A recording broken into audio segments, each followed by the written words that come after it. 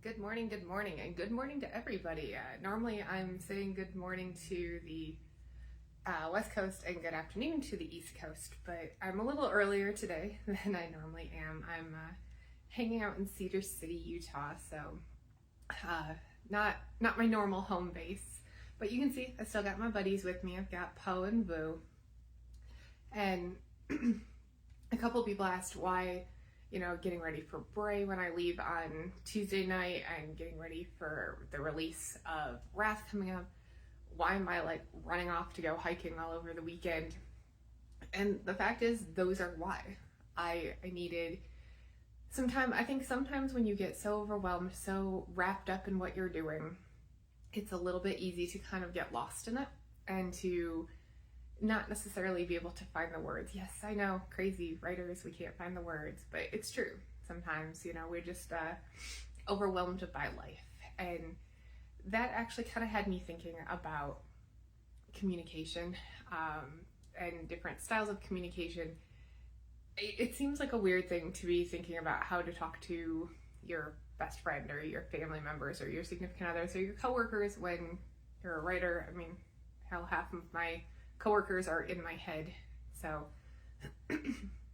why am I so worried about communication? But the fact is, and a lot of people know this, being not just a writer, but I work with reverse harem romance authors because I happen to be polyamorous myself. And so I help them work out like the relationships and the interactions with some of their characters. And okay, I've got this one character who's a little bit insecure and doesn't really like the idea of sharing. How would they necessarily come around? Well, I actually have a relationship in the past that was similar to that. So I actually have some firsthand experience. But communication is so important, whether it's talking to your boss or your coworkers and making sure that you're clear on what's going on, even if it's something as simple as like my day job in the casino. We've got pretty set rules, but you still need to know how to communicate, whether it's with a guest or with your coworkers or upper management coming down asking a question that you're just looking at them like they're crazy, but you still have to give a clear and concise answer. Or talking to your family, or your best friend. I mean, Boo's here with Poe. He's got his best bird friend. So of course they need to communicate, right? Well, what if you're trying to communicate with your friend and there's something that you really want to say, something that's kind of bugging you, but this is going to really hurt their feelings, or you need to make sure that it comes across correctly because you don't want it to become this big blowout fight. That is huge. Is this the hill you want to die on? I mean, my mom and I are prime examples. My mom's my best friend. She is somebody that I talk to about absolutely everything.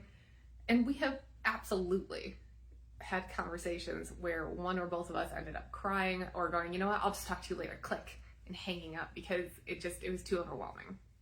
Sometimes those tough conversations need to happen. That does need to happen. But other times, is this something that you can work through? Is it something that you can let go? Sometimes communicating is not saying it. It's not bringing something up. And then if you do happen to communicate, if you do happen to be having that conversation, communication style is very important. I've mentioned this before when it comes to having a conversation, especially an emotional conversation. I am a knee-jerk person. I am that in your face, fiery, temperamental, just say what pops into my mind, which to be fair is not always the best. And there are people in my life who are not that person. They are I'm gonna stop and go think about things and sort my thoughts out. And I want to have the conversation now. Let's solve it now. Let's say it now. Let's resolve things. They need time. There's nothing wrong necessarily with either style, but you want to make sure that you're respecting the other person. If you're trying to have a conversation, you want to be able to actually have that conversation. So even though my reaction is, no, screw this, let's do this, let's talk about it, let's get it done right now. If I'm talking to somebody who doesn't have that mentality, then while they're taking their time, I need to do something with that overwhelming energy. So I'll go to the gym, or I'll go work on writing, or I'll do diamond art, or I'll do something where I can actually do something, because that's what gets that energy out for me. And it's taken years to be able to do that. And why am I talking and rambling on about fighting and arguing and having conversation styles? It has, again, to do with why I knew that I needed this little getaway. When we as writers, and I've mentioned before that writers, we know which characters are the good guys and which characters are the bad guys, and we have a tendency to want to make them all good, all bad. You know, we want you as the reader to go, oh my gosh, I love this person, they're so great, and just only show their good, happy parts, or oh my god, this is a horrible villain, and just make them all bad. Nobody is all good, nobody is all bad. There has to be that relatable part. You know, just because they're a bad person, there might be a reason they became that way, or they may have some slightly redeeming quality that makes you go, well, maybe. A lot of times that's what drives the story forward. The same thing happens in communication. We know what we want the characters to say. We know how we want the characters to interact. We know how the story goes, but you don't. As the reader, you don't always know where things are going, and sometimes, whether it's foreshadowing towards a later book or something later in that book, or it's setting something up as a red herring. And again, I know the red herring thing dates me, but I don't care. I still love the term. Regardless of what it is we're trying to communicate with the reader, it's done through communication with our characters. So if I've got the Centel sisters and they're having a conversation, I know exactly where the story's going, but you don't. And the characters don't necessarily.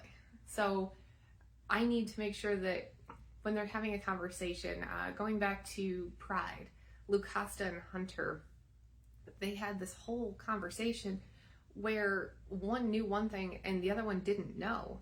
I knew, and of course I knew 5 books ahead where things were headed, but I can't say that. I need them to communicate from their own actual points of view, from their own actual understanding of the situation.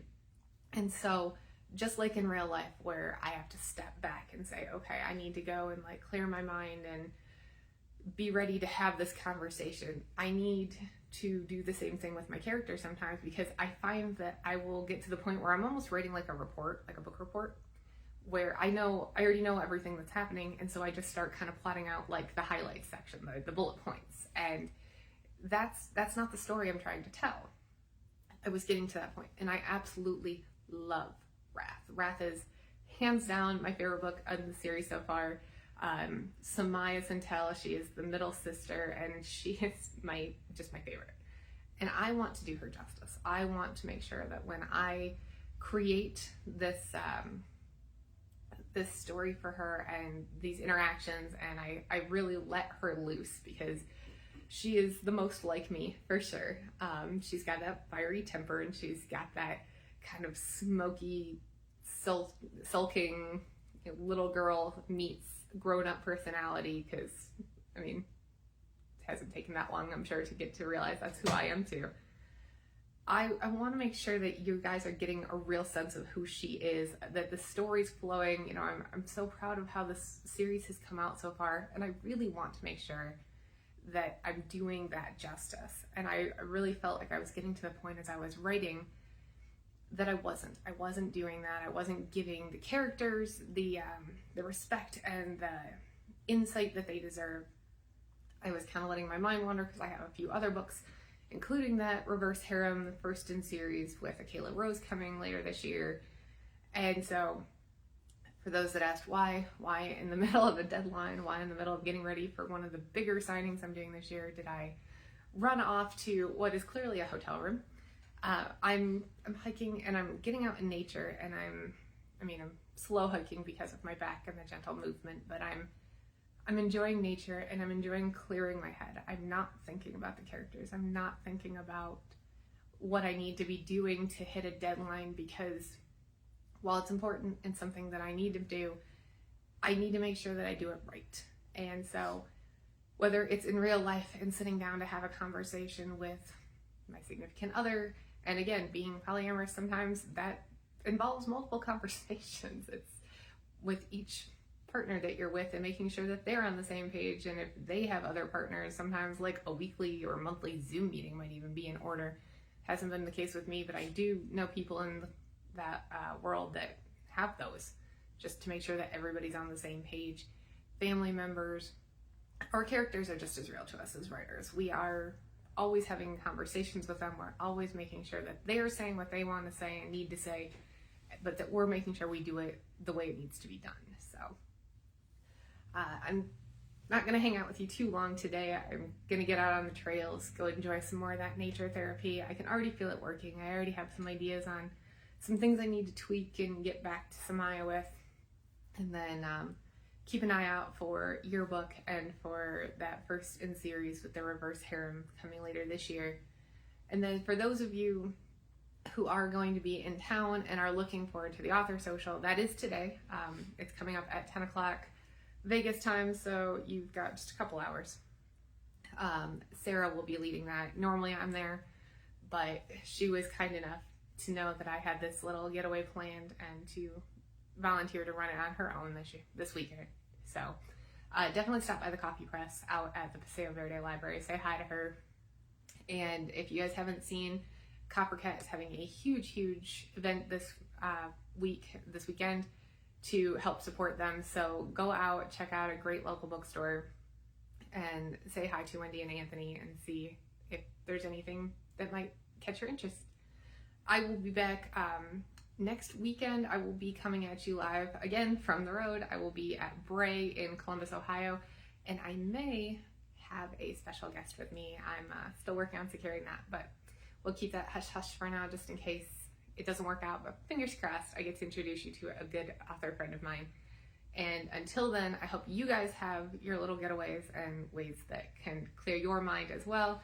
From me and Boo and Poe hanging out this weekend, I hope you guys have fun. I hope you get out there. And until next week, when I see you from Columbus, make sure you stay caffeinated. Bye.